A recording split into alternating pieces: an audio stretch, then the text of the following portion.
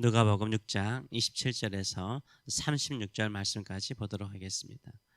그러나 너희 듣는 자에게 내가 이르노니 너희 원수를 사랑하며 너희를 미워하는 자를 선대하며 너희를 저주하는 자를 위하여 축복하며 너희를 모욕하는 자를 위하여 기도하라. 너희의 입밤을 치는 자에게 젖밤도 돌려대며 내 겉옷을 빼앗는 자에게 속옷도 거절하지 말라.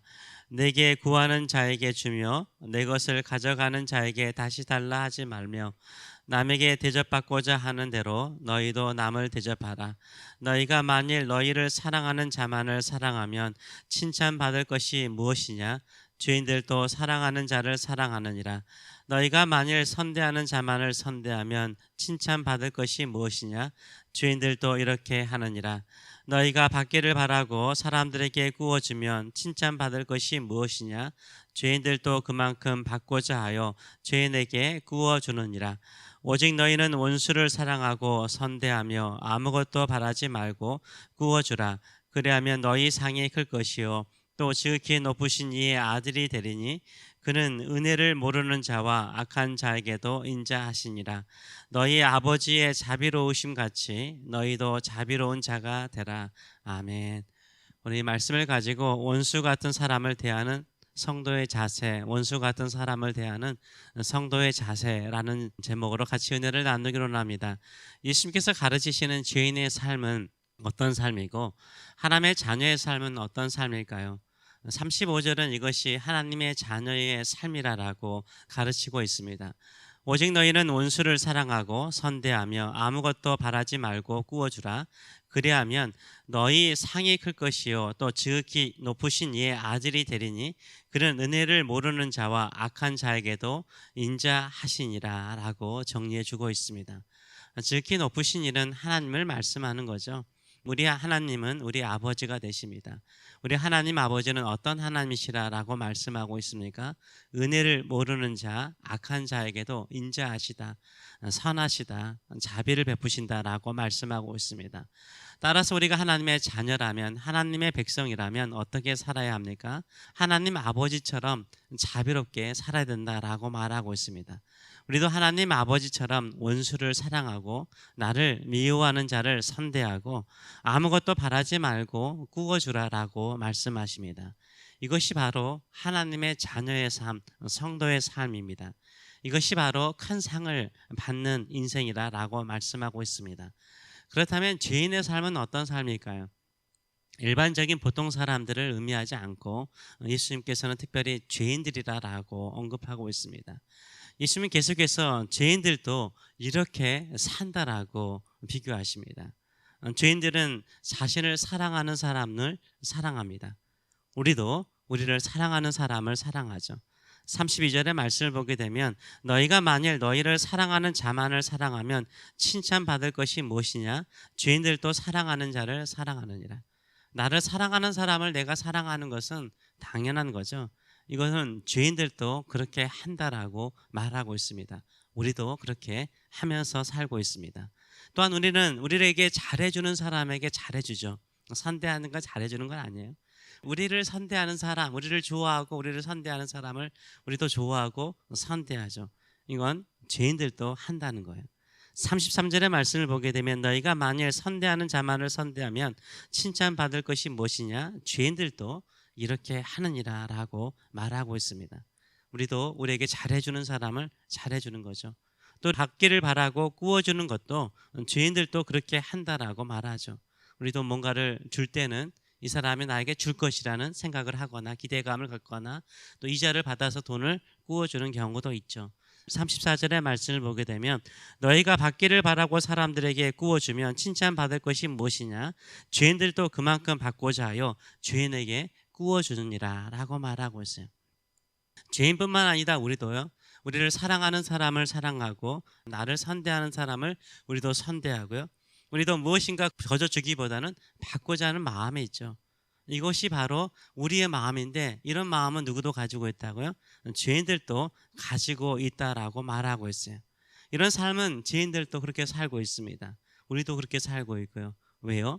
그렇게 사는 것이 당연한 것이기 때문이에요. 죄인들도 우리가 마땅히 행하는 것을 당연하게 행하고 있는 거예요. 그렇다면 우리와 죄인들 사이에 차이점이 있다면 그것은 무엇입니까? 죄인들보다 더 나은 것이 없다면은 이것이 성도의 삶이라고 할 수 없다라고 우리 주님께서는 강하게 말씀하십니다. 하나님의 자녀로 살고자 한다면 하나님 아버지처럼 은혜를 모르는 자, 악인에게도 하나님께서 인자하신 것처럼 너희는 그 인자를 베풀라라고 말씀하고 있어요.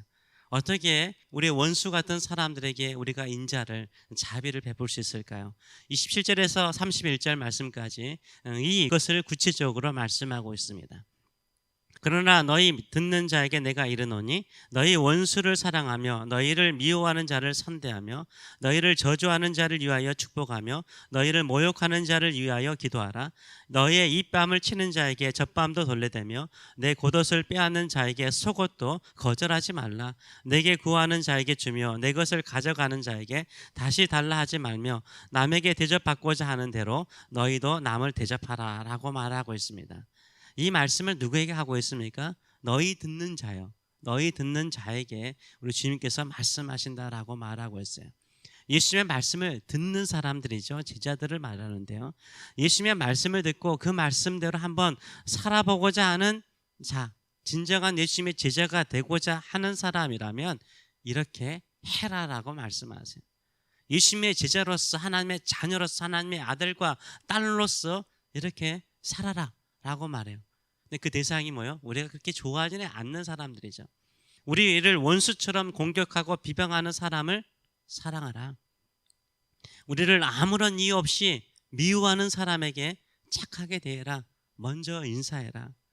나를 말로 늘 저주하는 자를 위해서 너는 말로 축복하라. 나에게 귀에 듣기 거북한 모욕과 무시를 주더라도 그 사람을 위해서 기도해라. 이 밤을 때리면 다른 밤도 돌려댈 수 있는 마음을 가져라. 겉옷을 강제로 빼앗으면 속옷조차도 그 사람이 빼앗을 수 있으니까 그저 줄 생각해라. 이자까지 많이 쳐서 줄게 이렇게 말하는 것이 거짓말인 것 뻔히 알면서도 속아주면서 줘라. 그리고 다시는 받을 생각하지 마라. 이렇게 말씀하세요. 이것이 성도들이 우리를 미워하고 우리를 괴롭히는 사람들을 대하는 태도라고 말씀하고 있습니다. 이 말씀은요, 나를 사랑하고 나에게 선대하고 늘 나에게 꾸어주기를 좋아하는 사람을 향하여 하라는 게 아니에요. 그러는 사람들에게 선하게 사랑하는 것은 당연한 것이에요. 이들은 내 원수예요. 남의 원수가 아니라 내 원수예요. 이들은 나를 미워하는 사람이에요. 이들은 나를 저주하고 모욕하는 사람이에요. 이들은 내 뺨을 때리며 나를 모욕하는 사람이에요. 이들은 내 겉옷뿐만 아니라 속옷까지도 빼앗고자 하는 강도 같은 사람이에요. 이들은 내가 가진 돈에 욕심을 내는 사람들이에요. 이런 사람은 우리 힘으로 이길 수가 없어요. 끝까지 우리를 미워하고 끝까지 우리를 괴롭히고 저주하고 우리가 가진 좋은 것들을 시기 질투해서 빼앗고자 할 것입니다. 우리가 선대해도 이들은 고마워할 줄 몰라요. 우리가 착하게 대해도요, 이들은 감사하는 마음이 없어요. 그런데 이들이 우리에게 선대할까요? 우리가 이렇게 대해도 그들이 우리를 선대할까요? 이들이 우리에게 고마워할까요? 이들이 나에게 신세진 것을 이자를 더해서 갚아줄까요? 내 앞에 무릎 꿇고 용서를 구할까요? 그런 거 기대하지 마세요. 그런 일은 거의 일어나지 않을 것입니다. 가끔 일어날 수 있겠지만 거의 일어나지 않아요. 우리를 원수로 삼고 미워하는 사람이요, 우리를 사랑하고 우리에게 용서를 구할 것이라고 생각하지 마세요. 예수님은 그들이 너희의 사랑에 감동을 받아서 돌아올 것이다. 그들이 너희 착한 마음에 감동해서 용서를 구할 것이라 라고 말씀하지 않으세요. 하나님께서 우리 원수에게 은혜를 베풀고 자비를 베푸니까 너희도 그렇게 하라라고 말씀하세요. 끝까지 하나님의 자녀답게 살라라고 말씀하세요. 세상 사람들이 하나님께서 베푸시는 은혜 속에 지금 모든 사람들이 살고 있어요. 죄인들조차도, 악한 자조차도 하나님은 비를 내리시고 햇빛을 주시면서 자비를 베풀고 계세요. 하나님께서 그렇게 하시니까 너희도 그렇게 하라라고 말씀하고 있어요. 우리는 인간 관계 속에서 늘 착하고 선하게 살려고 그러죠. 그런데도 불구하고 우리를 미워하는 사람이 있어요. 우리를 괴롭히는 것을 역사적인 사명으로 삼는 사람들이 있어요. 원수 같은 사람들이 있어요. 나를 욕하는 사람들이 있어요. 비방하는 사람들이 있어요. 그들을 향하여 은혜를 베푸시는 하나님의 마음으로 그들을 축복하세요. 그들을 위해서 기도하세요. 그리고 나누어 주세요. 그리고 갚지 않는다라고 불평하지 마세요. 변하지 않는다라고 원망하지 마세요. 우리는 그들을 미워하고 증오하고 마음속으로 살인하는 똑같은 죄인이 되면 안 되는 거죠. 우리 여름에 그러지 않습니까? 바닷가에 가다 보면은 어떻게 한 사람을 빠뜨렸어요. 아니면 한 사람은 스스로 빠졌어요. 스스로 물에 빠졌으면 어떻게 합니까? 반드시 물에 빠진 사람은요, 물에 빠지지 않고 젖지 않는 사람을 잡아당겨서 같이 빠지게 하려고 그러죠. 이게 세상 사람들이 하나님의 자녀들을 향하여서 하는 행동이에요.